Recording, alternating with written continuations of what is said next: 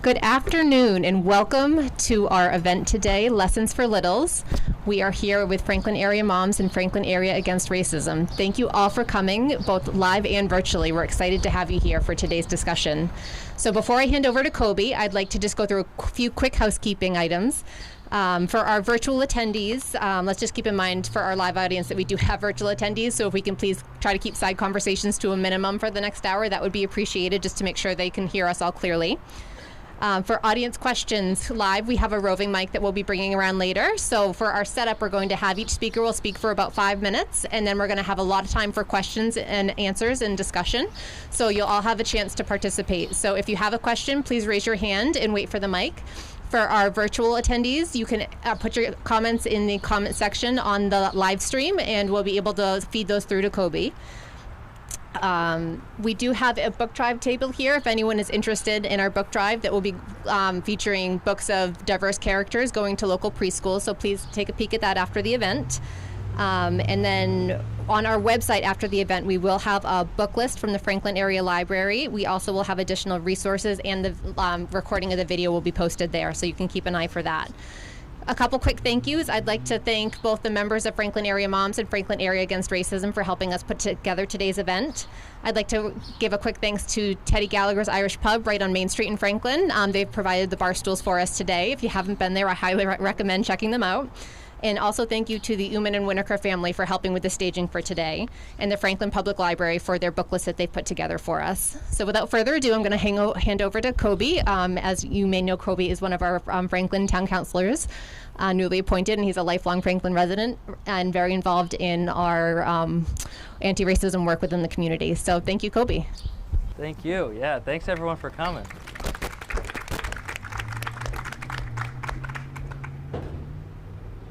I think I got asked about this maybe in the winter of February or months ago, and I was very excited. If you don't know, this year has been a turning point for Franklin.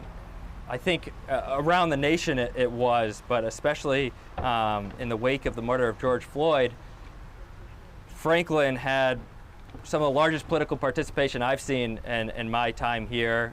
We had a big showing on the town common, and a lot of people starting to get involved through Franklin Area Against Racism, and we started to reflect on how welcoming we make our community for people other than the majority, and that's led to a few very, very important and great conversations.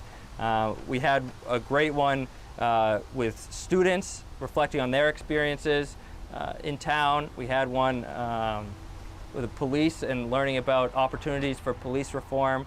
And now I'm very excited to be having this conversation on how we talk about diversity to our children who are growing up and hopefully creating a welcoming environment themselves. So if you'll excuse me, I'm going to be using my phone just to make sure I don't miss any questions or intros, but we'll start off with intros just down the line.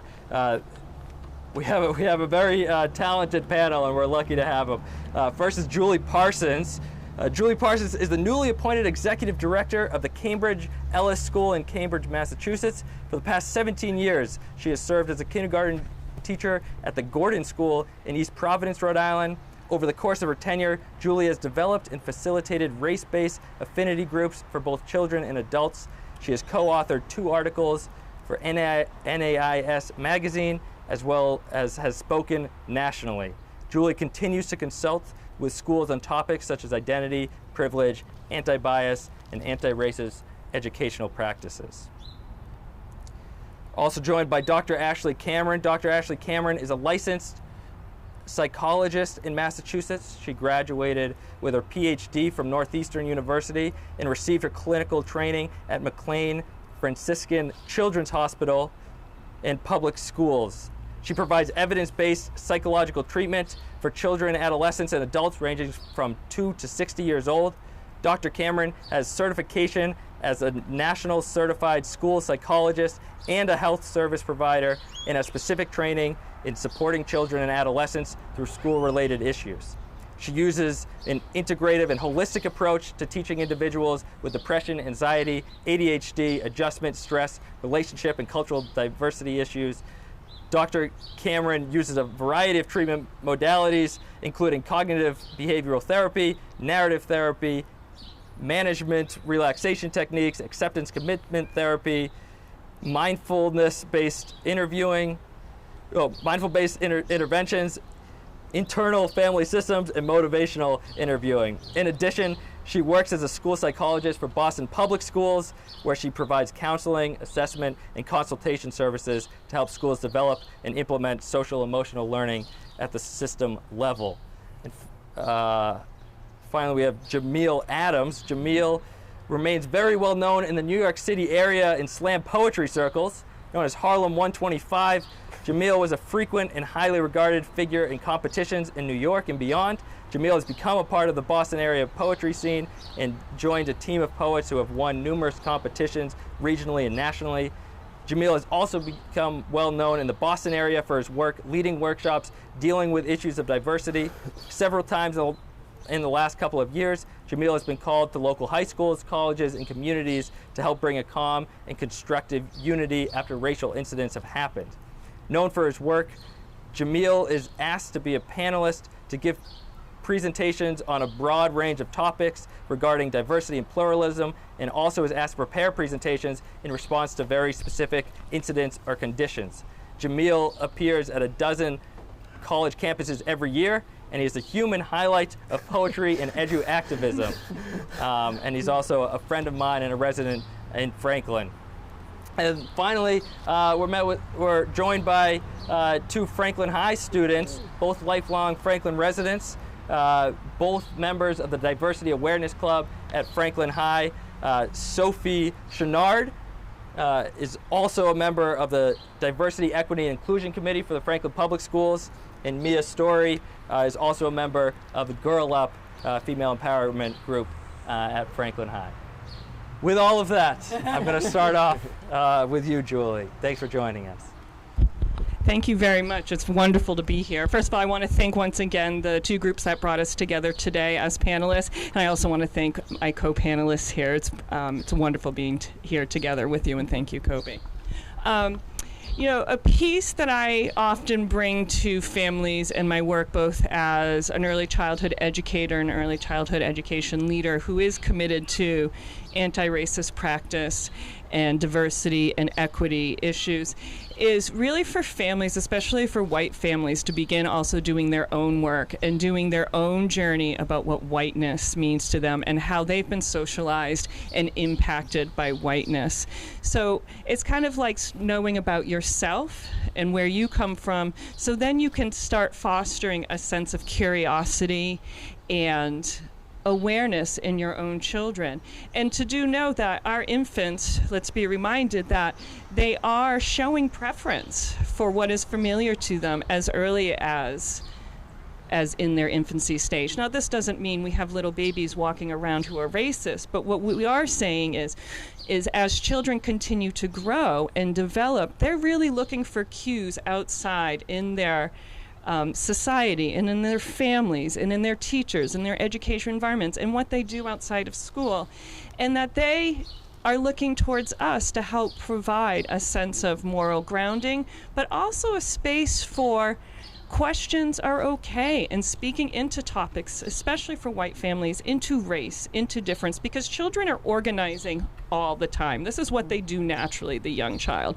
And so we can really tune into what they do well, which is organizing, and start interrupting some of the socialization that our white students are receiving, and really creating a sense of openness and curiosity and willingness in which, you know, they're really good at talking about fairness and unfairness, young children. So we can also provide inputs that are anti-racist and anti-bias into our language and into our daily walks and into the books we read and asking about their feelings and asking about some of their biases, and then replacing that with accurate language to support their learning when it comes to identifying themselves and others. So, it really excites me, to have this panelist here to really speak into, how our young children and how you, especially for our white families, can promote anti-racist language and accurate language in describing self and others, and tapping into that idea of fairness and unfairness that our young children are so good at talking about. Thank you. Yeah, and I'll keep reminding names because that's going to be important. Dr. Ashley Cameron, thanks for joining. Thank you so much for having me. And so, in thinking about my points today, I have few points that I want to make sure that I get across, and just kind of actually adding on to what you were saying. So the first one is that children as young as 3 months of age are recognizing race.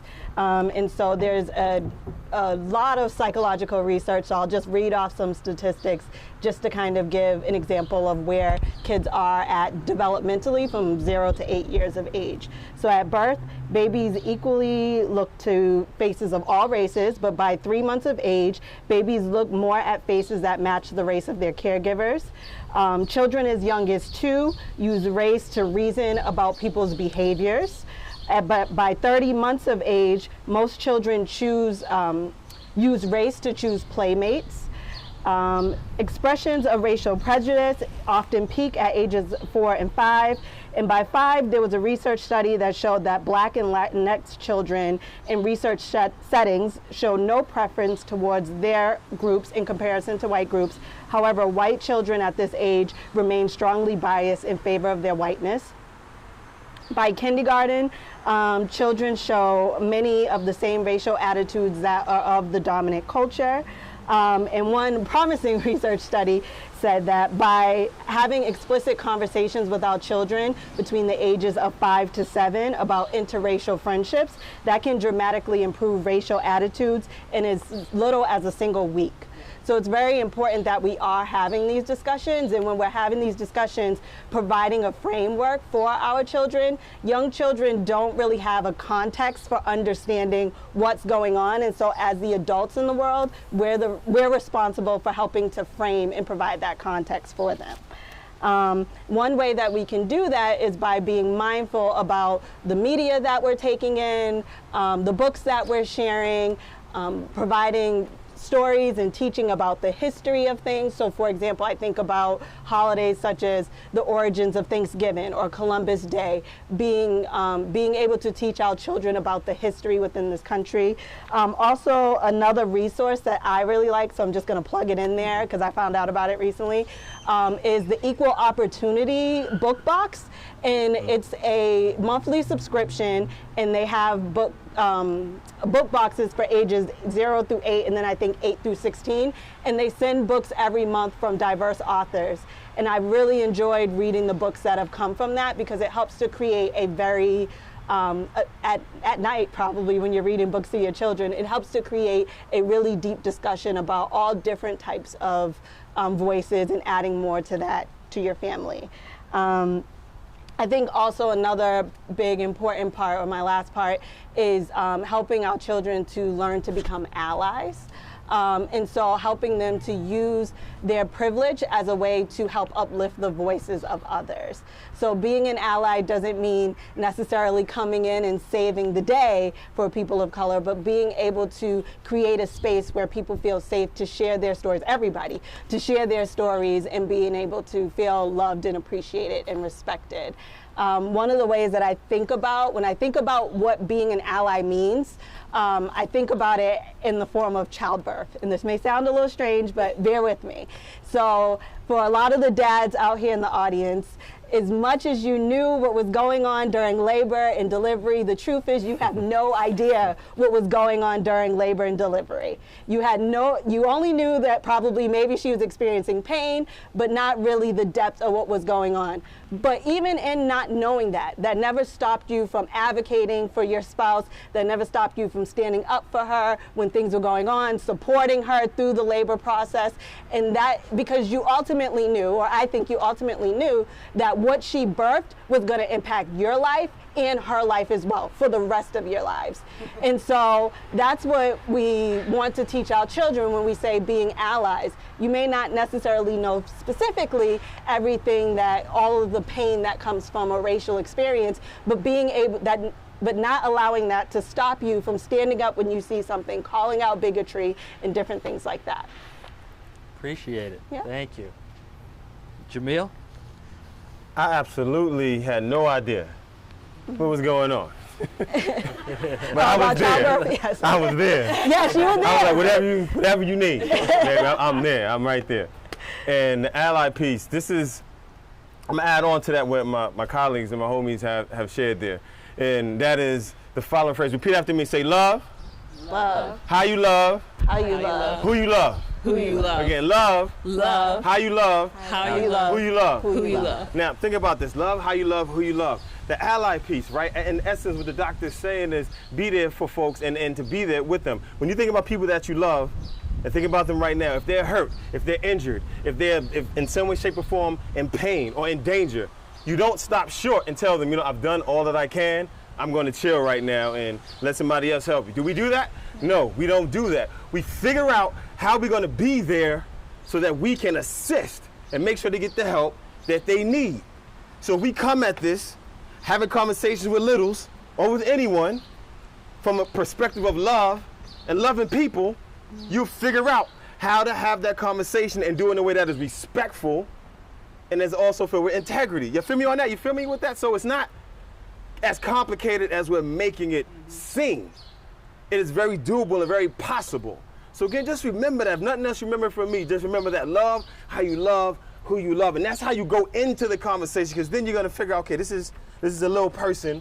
We need to have this conversation. How can I talk to this little person about this conversation? Who's the best person to have this conversation? Why should we have this conversation? How do we fit this into the lexicon of our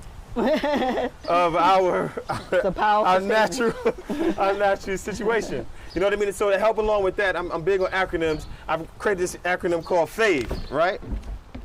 And so FAVE, F-A-V-E.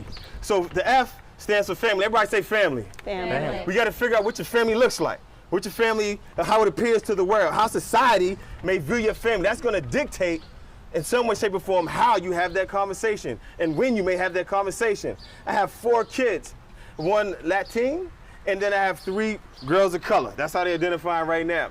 But I prepare them. 16, the girls, my son is in North Carolina, Marine, and all that kind of stuff he's done, but I had the conversation with him when he was younger. But with my 3 girls, 16, 5, and 2, already having conversations with them about the world and how it's not been towards them, because they are not only women and female presenting, but at the same time, they are also of color. So there's some things that you got to look out for. There's some words that you should know, and I want you to hear them in conversation with me and mom before you hear them anyplace else. So we engage in that conversation, because you can't predict when it's going to hit them. You can't predict if they're going to be playing at somebody's house or in a playground or in school or something like that, when it's going to happen. But you would like for them to be prepared and ready. And I know that particularly for young black and brown people, self-esteem is important. And if you don't got that self-esteem intact, so many things can break you down. And so we work really hard to make sure that our young people, our black and brown people, have that esteem intact some way, shape, or form. You know what I'm saying? You feel me? I'm looking at the youngest folks on the stage anyway. So because it's so important. So then family, right? And then the A. Everybody say assessment.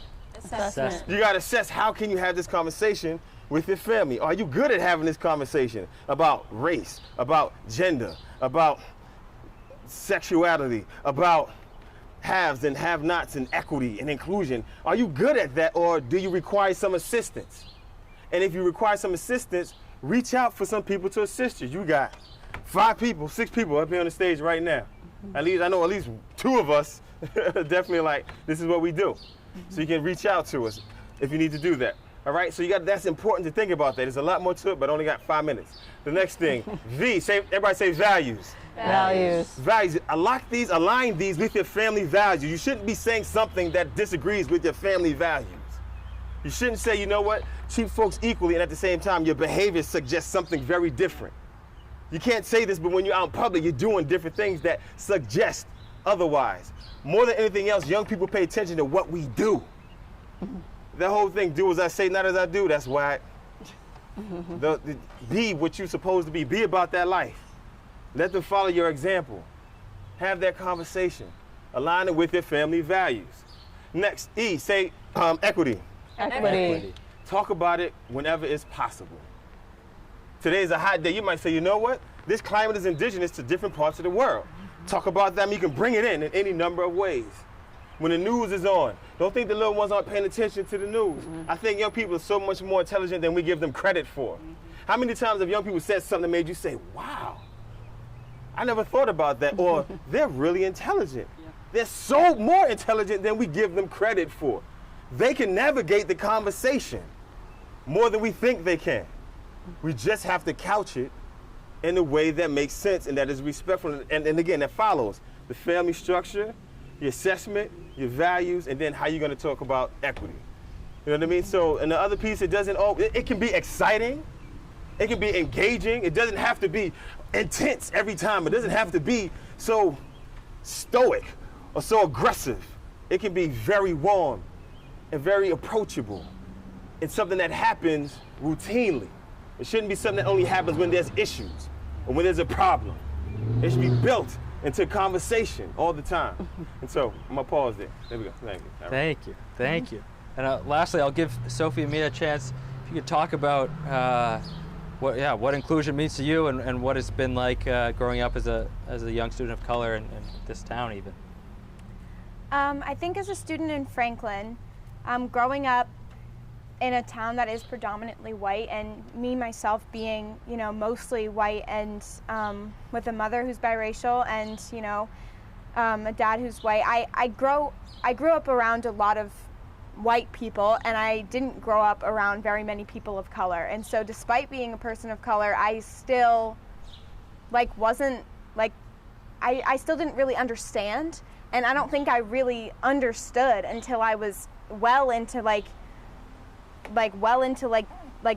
tween age, as a young kid, I didn't know anything about that. And I think the most prominent piece of young education that sticks out to me is how ingrained into our brains bullying is, and how every year we learn the same things about bullying, and we are put through all of these different school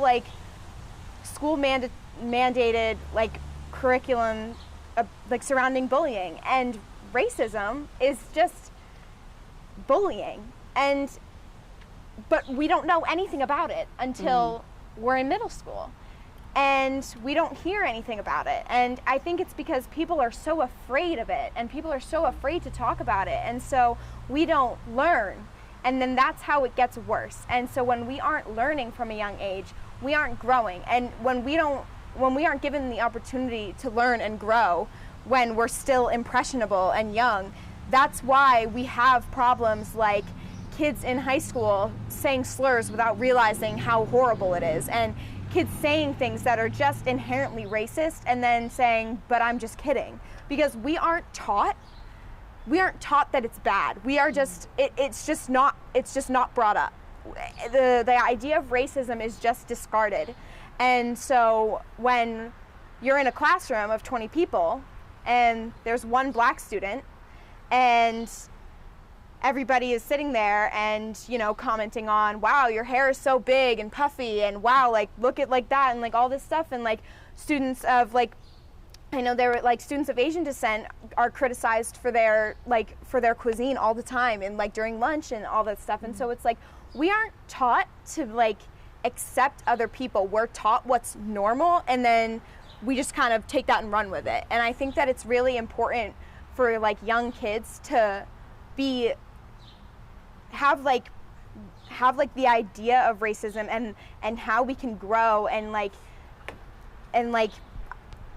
get better at loving each other. We need to have the idea of loving each other be more prominent in young education, because if we're only being taught to not bully others and not do anything, and like most of the videos, like we used to watch all these videos in health for the bullying units of like we see the bully and the bystander and the victim, and they're all white.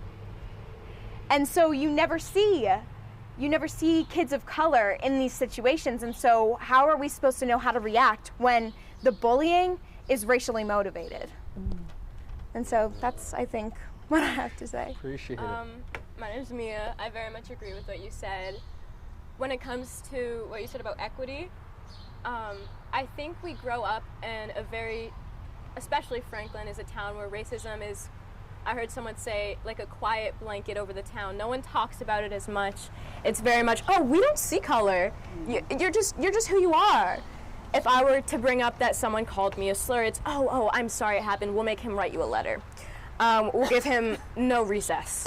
And it's very much hidden. It's not treated as huge as it should be, especially from a young age. And I understand that a lot of it begins at home. Like you said, it doesn't always have to be this scary topic that's so serious. You can bring it up whenever. You can slip it into conversation. You don't have to always sit your kids down and tell them they're going to have a hard life because they're black. It does not mean that you're going to have a hard life. It means you have to adapt. And if we're not learning to adapt from a young age, then we're not learning at all. It's useless to grow up with an education without race-based knowledge. We're not learning anything if we're not learning about our culture. It's ridiculous that I grew up 15 years and I'm on a race panel with adults speaking on my knowledge, and I'm a freshman in high school. It boggles my mind that some people my age and above don't understand that we need to learn when we're young and adapt. I also agree with what you said about different cultures not being represented in the bullying videos. We're taught bullying is very much, oh, your hair looks bad today, oh, you smell. It's not always that. I remember I was very much targeted by bullying at a young age. It happens to almost everyone, and just because your kids don't come home crying, it does not mean they're not getting bullied. It doesn't always have to be them cornered at recess. It can be offhand comments at lunch about different cultural snacks. It can be comments about hair. It can be anything, and it's represented so little. And it, like I said, it's ridiculous that nobody talks about it, and I'm very glad we are, because if I had not grown up with people like this, I don't know where I would be. And the fact that younger kids are still growing up in an environment in places where this is just not talked about scares me to my core. Because what if they grow up and they don't have someone to look up to that looks like them, that speaks like them, that has their food? It scares me. And like I said, when your children go to school and they come back, it can be very scary because they're gone for 6 hours at a time. You don't know what's happening. And it's a really tricky thing for parents to go through. I understand that. But also there are ways to go about it, and there's so many people here for resources. And again, just because your children goes to school and doesn't come home crying doesn't mean that they didn't experience some form of racism. It can be so small and untalked about. A particular experience I remember is when I was younger, I cut off all my hair because it's easier. My mom didn't want to do my hair, I get that. It's very hard to grow up in a town where people assume you're a boy because you have short hair. When your self-esteem is so low that you hide. You hide your culture, you hide your face, you hide everything that represents who you are because you feel like it's wrong. And I know Sophie can agree with me on that the lack of representation deeply affected us, and only now are we able to speak up on it because of role models like you guys. And this conversation is so integral to kids in Franklin and all over the world growing up, because if parents coming out here are willing to learn and change their ways and talk to their young children about race, it gives hope for the future. So that's what I have to say. Thank you. I hope you appreciate the wealth of knowledge that we have on this stage. And I did want to give a special shout out. I forgot to mention, Sophie and Mia are sophomores and freshmen in high school and continue to impress me with their wisdom. every time I hear them speak, so thank you. And they were asked to join very last minute and just came up with that on the fly, so we appreciate that. So now is an opportunity to use this wealth of knowledge. If you have questions, if you're online, I'm going to be receiving your questions here. If you're watching, feel free to go on the Facebook group and put questions, or if you guys are in the audience and you have questions, just raise your hand and we'll make sure we get to them. I'll start with one that we had coming in. This is from a member of Franklin Area Moms. There seems to be such a fine line between educating our little ones and respecting their innocent worldview. My daughter is learning to read and sees the Black Lives Matter signs around town. How do we as parents explain the basics of Black Lives Matter to a kindergartner or preschooler? How do you navigate the conversations about actual events, including deaths and police involvement, without leaving them fearful? I would go to anyone that's willing to speak up, but I'll start by saying it's really important to stick to the facts, not to condemn actions of people, but not to condemn people, right? Because sometimes we can get into a place where we're stereotyping a group of people, where we really just want to condemn an action. You want to keep going? Yeah. Okay. Hey, congratulations on your kid being able to read, first of all. Yes. That's fantastic. They're reading Black Lives Matter signs. I'm thinking about how Black Lives Matters comes up in my kindergarten classroom. And I'm thinking about the large and varied information that children have from their families around Black Lives Matter, and creating a space where in the classroom, and you can do this in your family too, is listening to the experience of your child, asking questions, wondering, but also listening and making space for the diverse conversation that can happen in a classroom with young children around Black Lives Matter. And I absolutely agree. You keep it simple, you keep it developmentally appropriate, and I'm going to go back to that fair, unfair part that young children really have a good grasp on, which is, it is unfair that people, Black people, brown people, are being hurt. You can say that. They know what hurt means. They know what unfair means. I'm also going to say the Black Lives Matter has a great resource for talking to young children about Black Lives Matter, and you'll see that a lot of it is about equity and respect and conversation and labeling things correctly for young children, and the language is excellent. So I would say look that up. It's a great resource. I've used it in our classrooms. We've used it at Gordon School with a lot of it's hot. A lot of success in our classroom, and using it as a starting point for conversations. That's great, thank you. I would just add that, for the person asking the question, and this is part of what we're saying about know your family and the assessment and the values and the equity piece. We just talk about it. We don't make it. We just talk about it. This is what it is. Let's go to the webpage, let's Google it. Let's use the digital devices for something else besides a game. Let's go look, let's check it out. This is what it says, this is what the webpage says, this is what that means. And then we talk about the also the con to that as well. I want them to know all the sides of it, so that they know what other people are thinking about it as well. The fear that may come from that in our family, I want them to go through that. And know how to navigate that and know that we're there with them with that. Because when it's happening, when these things are happening on the news and Black men are getting killed and they see it on the news, they're worried about me every time I leave the house. Yeah. So I need them to know what all of this is. So this is, again, it's knowing my family, this is what we do. And like I said, children can navigate this conversation. A quick example. At some point in our lives, my family and I, we were fortunate enough to be able to go to Disney World. I didn't think we'd ever be able to hit Disney World. In my mind, Disney World was like something that cost $1 million, just never going to happen.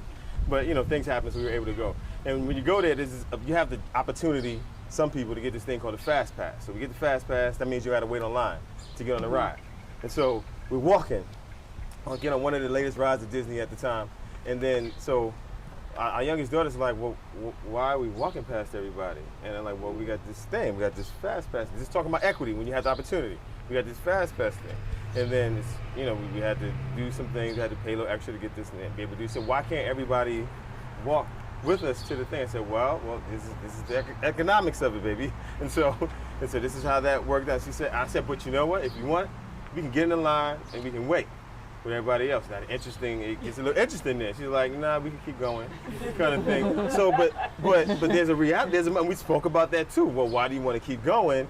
And how do you navigate that? I said, now, how the conversation ended at the end of the day for the person who threw the question in, it was like, look, we need to figure out how to make it equitable so maybe everybody doesn't have to wait like that. And we figure out a system that not only saves money, but allows people to get through this ride quicker. And so that's where we ended that conversation at in terms of equity in that situation. But so yeah, we just talk. We just take it on head on. We don't hold punches. We don't pull back. We just take it head on. And I hope that in the schools that it sounds like in some schools they definitely do it, that they bring it up and they talk about it. You know, I know some parents feel otherwise than that, but.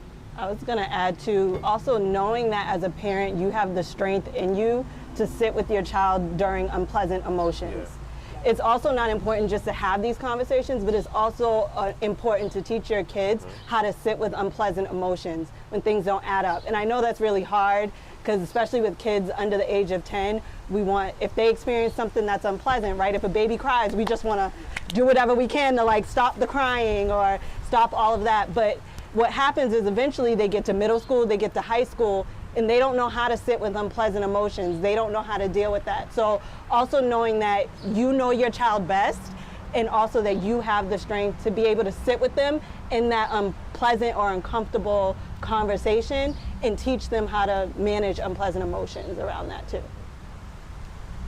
Yeah, because that's really about creating empathy too for other people, being able to sit in that space and then creating empathy towards people. I was just going to say really quick about the empathy piece. I'm a very empathetic person, and I think everyone should be. That's something you should teach your kids.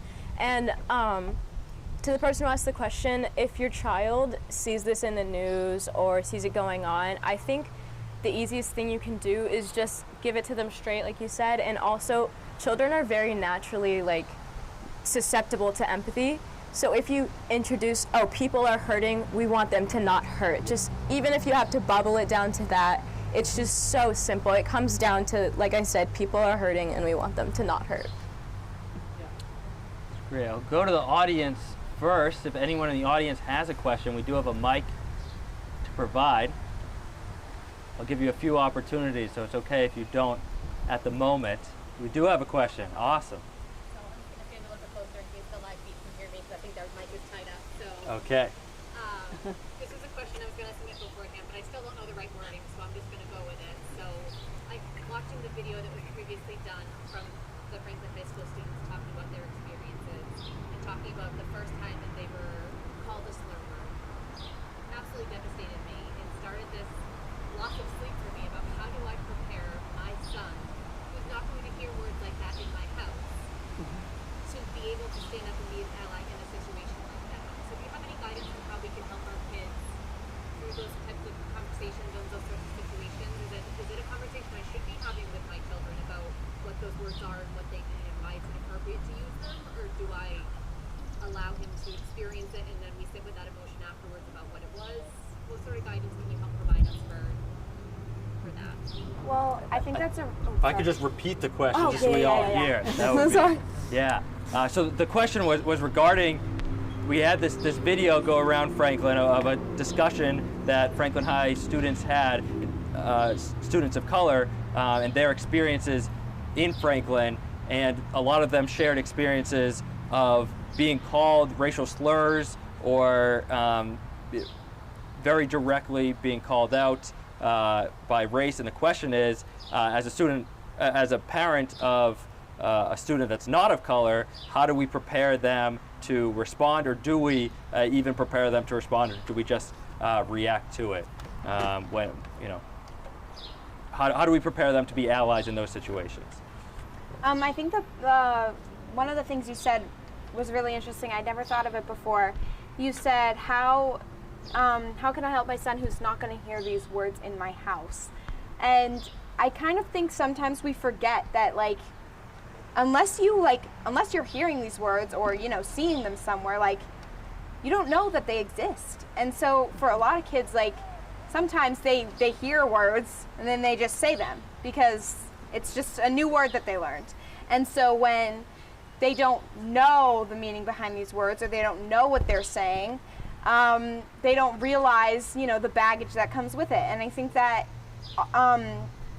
it is important to have conversations with your kids about these words, because what if they hear another student who maybe grows up in a home where those words are used more frequently, and so they go to class and they use it because they hear their parents say it, and then your kid hears it and your kid uses it, and then we can fall into this kind of chain reaction, which is how I think we end up where we are today with, like, I hear students using slurs all the time in school, and it's like, I think we can be a lot better at teaching our kids about these words, and I think that a lot of times in like schools and things like that, we are afraid to teach these things to our kids because we don't want them to like know about the words. Like, I think we're like, why would I tell my kid about such a horrible word?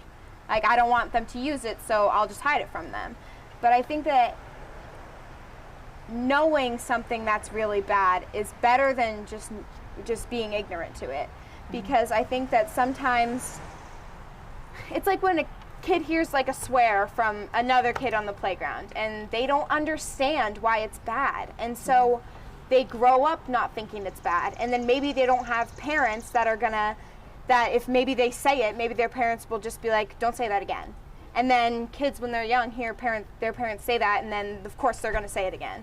And so I think it's really important to have kids understand. And if that means that, maybe once kids get a little bit older, teaching them about these words in school.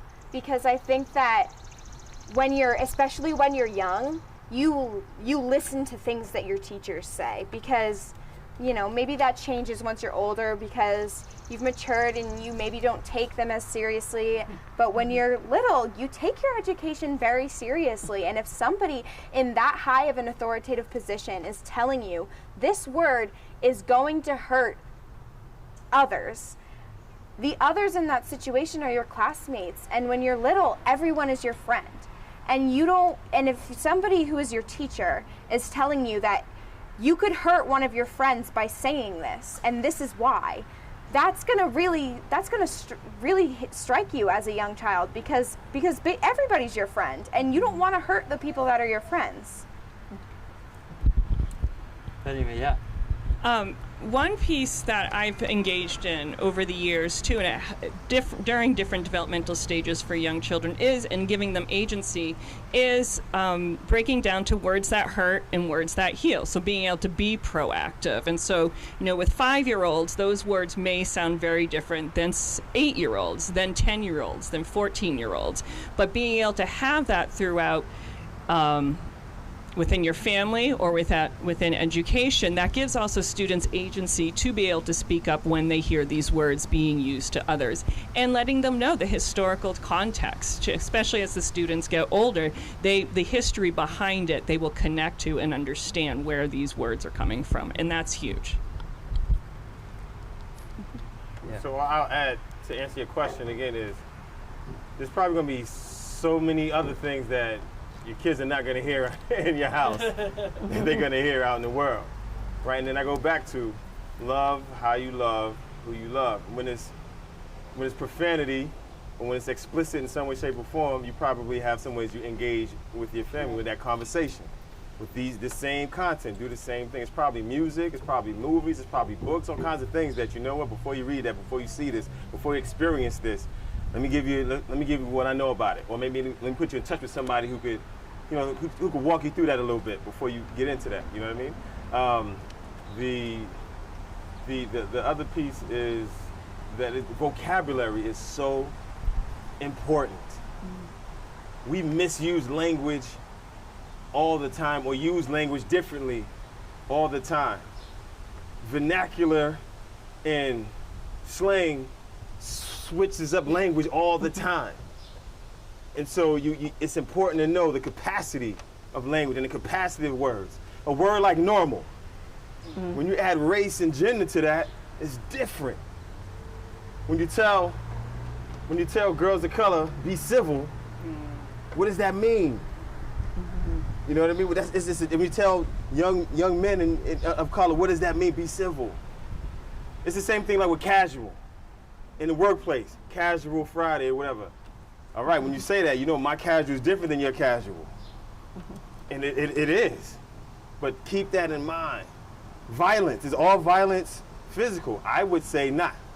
That it can be verbal and it can be emotional, et cetera, et cetera. Vocabulary is so important. So when you having that question, should I have that conversation with them? I would say yeah, because you have that question. You just got to figure out how, the faith thing, how you want to have that question. You got folks up here, like, you know what, give us a call or something like that, we can do it together. I actually have done that with folks, with the parent and the child, and we did Zoom call, this is recent, and then other ones phone calls. We have affinity groups. In fact, one of the things that I'm reminded to mention is that if folks want to, I'm more than willing to start like a parents group to talk about race and well, actually more than race, just inclusion and equity. So we can do that and just meet. You know, we can do some in Zoom, some in person, who knows? But I'm more than happy to kind of get that going for the Franklin area folks. So. Can I just say something really quick? I was going to direct this more at those with children of color, maybe. I think something I would have wanted to know going into school, hearing those slurs, which we still hear every day, is that they do not represent your worth, and the people saying them aren't saying them because they genuinely think that you're evil or a bad person or all the connotations that those words can have. It does not mean that you are dirty or gross or wrong. It just means that they have grown up in an environment or have been surrounded by that language where it is perceived as okay to call others. It's the same if you call someone ugly or fat or you say something rude. It's just, it doesn't represent your worth, it represents how they are surrounded, like what they're surrounded by, I guess is what I would say. We have a fun one. What is your favorite children's book or other resource that support learning about racism and foster inclusive behavior? And I will say that on the Facebook page or Facebook event, I believe if it's not there already, they have put together a list of resources. Franklin Area Moms has put together a list of resources for you. But if anyone here has resources that they particularly love, feel free to share. So I definitely love the Equal Opportunity Book Box. Actually, just this last month, I'm going to quote the books that I saw. It's I Am a Refugee, which I thought was a very well done book to describe such a very heavy topic and experience. So I would definitely highly recommend that. And then also How to Be a T-Rex. So it's a story about a black girl who decides that she wants to be awesome 100% of the time. So she was going to be a T-Rex. And then she realized that there are a lot of things that you can't do when you're a T-Rex. And so it was just a really nice children's book. And I know that a lot of people have enjoyed that. So, yeah, How to Be a T-Rex is awesome. There are so many good books out there, and there's so many good websites to go look for them. I have to say one of my favorites, and I can't remember the author right now, is Green Pants, which is about a little boy of color who wants to wear his favorite pants to his aunt and uncle's wedding. And so there's some pieces about gender identity in it, there's pieces about racial identity, it's just about, a boy of color going through regular feelings during regular traditions in a family, you know what I mean? So it's not always about like, here's the struggle and now how this person overcomes. You really just want to be giving your young children opportunities to see how everybody lives and where the similarities and differences are. Another favorite author is Ogu Mora, I think it is. I know I'm saying her name wrong, I'm so sorry. But Thank You, Omu is an amazing book about just a neighborhood person who's just cooking soup, and then all the people, how they show their empathy back. So those are definitely two of my favorite books. Oh, and then there's Lester Bangs, How to Talk About Race. I mean, they're everywhere. I know that I can't remember what it's called, but my mom just bought this book that Kristen Bell that Kristen Bell wrote, and it's, I think, I forget what it's called, but it's really good, and it highlights a lot of, like, you know, what we talk about today. One of my favorites is by Mahogany Brown. It's called Black Girl Magic. It's just incredible. Yeah. It's based off a poem, and she's a close friend of mine, but it just talks about all the things that black girls can do and can be. Yeah. And all that. The other thing is, you could take some of the classics and break those down and really get into, especially anything Disney. It's going to be filled with all kinds of opportunity to correct. Yeah. And you know, just really get into some of the weeds of some of the conversations, so that when your kids get other books, they're looking for things. Like I'm trying, you know, I want my kids to look for the voices not present. I always say that is there someone like you in that book? And she's looking for it all the time, in cartoons and movies, all that kind of stuff. Like, look for that. If you're not there, doesn't mean it's bad, but note that kind of thing. So, anyway. I often do that with like princesses and like castle stories. Like, so where are all the black princesses? Hey, where are all the boy princesses? Like, and the kids are like, yeah, that's not fair. They should be in these stories. And then later on, they're making pictures to include in the book. So those are easy things you can do in your home environment as well. What school are you at? Go ahead. I'll give you my card. I was just going to say really quick, I know we hate that our kids watch cartoons and stuff, but they do, and if you want a really good resource, Cartoon Network has a lot of really, really inclusive shows. There's one called Craig of the Creek that I love. It's about a young black girl and her father, and it's just so sweet, and it's about doing hair. Lupita Nyong'o released a book about doing hair. It's just, there's so many good resources if you really just look for them. Excellent resources, you're right. I love Craig of the Creek. We had a story walk downtown this spring that I helped put together with the library and Downtown Partnership, and you'll be happy to hear that it was Thank You, Omu was the book. That each of the stores downtown put another page in their window, which was That's great. incredible. Yeah, my school's worked with her directly. She's fantastic. That's awesome. I'll again go to the audience if anyone in the audience has a question. Yeah, you step up.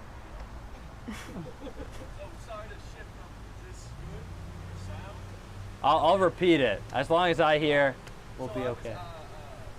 Sorry to shift from a fun question to non-fun, I guess. So like events like today, I'm thinking like book drives, book clubs, they're kind of proactive in their approach to handling either specific racist incidents or just generally anti-racism as a whole.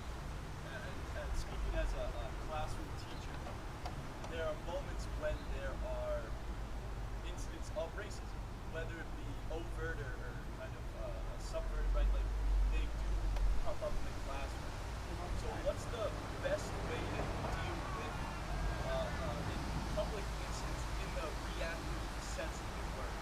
Like, is it approaching the, I'm guessing Jamil might with love, right? Like in trying to educate the kids on the spot there, but even educating on the spot may garner a sense of embarrassment in the kid who made the mistake, or what's just the best way to deal with a racist incident in the moment, reacting that way? Awesome. So the question was, these events and other events like them are proactive.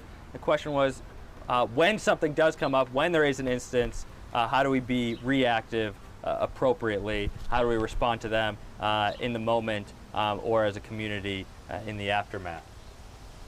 I think you always, to answer your question about me with love, I think you always come from love. Every time, all the time. Love is not weak, it's powerful. It's oftentimes what allows you to do what's necessary and important and complex to do. I think this also is in a classroom environment. I think this goes towards teachers knowing their students. Yeah. Know your students, know like you, and we do this all the time with everything else.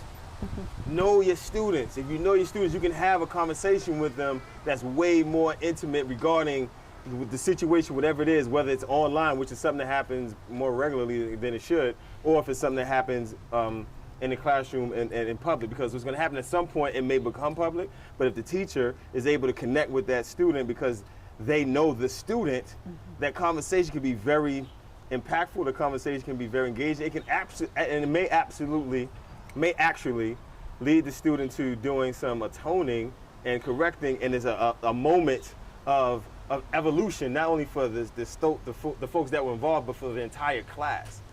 To not acknowledge it is an error and a mistake and flawed, and that's not what should happen. You have to acknowledge that it happened, and then it's about how you address it. Now, if you don't know your students, it's going to be complicated, but you got to go through that and acknowledge it and do right.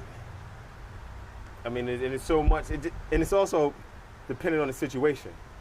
We're talking about language, we're talking about an action, are we talking about vocabulary? You know, it's any number of things that can make it, but definitely address it head on. But a lot of it is impacted differently if the teacher knows their students. And other folks can add on. Absolutely know the students. That is number one. But there's also going to be those times, even when knowing your students, you're not going to know what to do. And so I've worked with teachers for a long time, and I often hear, you know, what's the adequate way to do this? What's the best way to do this? And I'm going to say there is no best way. There is no adequate way. Let's get that out of our lexicon, white people, because that is a function of racism. So let's just get rid of that and know that we are going to mess up and we are going to make mistakes. But number one is interrupt the racial slurs, interrupt the racial acts. You may not have the exact answer or the right words, but a lot of teachers I've worked with go, I'm scared to do that because I don't know what to say and I don't want to hurt the children. You're going to do more harm showing students that can happen in your classroom environment than mixing it up and saying the wrong words. And as much as hey, that doesn't feel okay right now, people's feelings are going to get hurt. Even revisiting, as educators, you can revisit a topic over and over again, so you can get the knowledge you need to then go into a conversation with more information and more security in who you are and who you stand for. But yeah, you absolutely have to interrupt the problems, because again, if you're not interrupting it, then you're sending a louder message to your students, and it's one that we don't want to have. And you said something so important. JB, how could you, if you're an educator in the classroom, how could you not set up your environment from the beginning in an inclusive fashion, one that acknowledges the climate that we're all living in right now? It's present. It's present right now. You have the whole summer, take your break, you deserve it. Teachers work so hard. Teachers need a break. I applaud every educator. But as we get ready to do the professional developments and things like that, getting ready for September, you got to know the environment we're living in. Who knows what the summer's going to bring? Every summer something has happened. But you know that we're dealing with things that deal with race, that deal with equity, that deal with inclusion. Set up your educational environment so that there are things that stimulate the conversation, that let folks know in this environment, this is what we are about. This is what we're going to talk about. We are inclusive in this way. We're going to address it when it happens in this way. And if it's in every classroom, the whole school is in that space. And if each school is in that space, the whole district is in that space. And then if you got that happening, then you got the families in that space. So we move in together with this concept. When that thing happens, it's not, this is how we're going to work through it. We know it's coming. We know that it's coming. And it's not so much an if, it's a when, so to speak. You see what I'm saying with that? So you mentioned environments, and that's what made me think about that. So our hour is unfortunately coming to a close. I'm going to try to leave you with one last one and squeeze it in there quick. And this will be the last question for today. And this was from a parent of a 5-year-old. What are some best practices for supporting and empowering a child who's very empathetic and gets very disturbed when witnessing conflict situations in which they know something is not right? I would like to speak on it first, just because I can relate to your kid. And growing up, when seeing people in pain, obviously if you're empathetic, the first reaction is you want to help, you want to do something to help. And if your child is really feeling distressed and uncomfortable or anxious that this is going on, maybe small actions could be like, oh, well, we could go and donate to this charity. We could just simple things like signing petitions. Like, it may not seem like a big deal in the grand scheme of things, but it might bring some reassurance to your kid that they're making a difference, as small as it may seem. Yeah, I love that. I was going to totally speak into agency, and you said it. Awesome. Well, I do really want to thank everyone. I want to thank everyone who showed up and who's watching or is going to watch later. If you're a parent of a child and are taking time out of your day to learn how to talk to your kids about these conversations, you are already doing a fantastic job as a parent, and I appreciate you. As a town councilor sitting at graduation the other day, and that's sort of, you know, you're sitting there and seeing it as the ultimate culmination of what a community is, right? Putting adults out into the world who are hopefully going to positively contribute. This is, you know, the best thing that we can be doing with our times, preparing our next generation, and I really think that education starts at home. I want to thank everyone here. We had an incredible panel with us. If we can give them a round of applause. It took a lot of time out to talk to us. And the last big thank you is to Franklin Area Moms. If you don't know this group yet, they are new and they are doing fantastic work and are a fantastic group of parents in town. Reach out to them, keep an eye out for future events from theirs, and if you have a chance to thank any one of them, please do. A lot of work goes into preparing this 1 hour for you. So a special thank you to Franklin Area Moms, and a personal thank you for inviting me to be part of this conversation. Thank you, everyone. Thank you.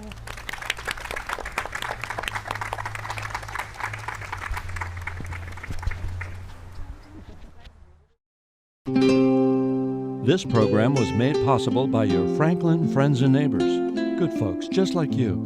Thanks for supporting Franklin TV. And thanks for watching.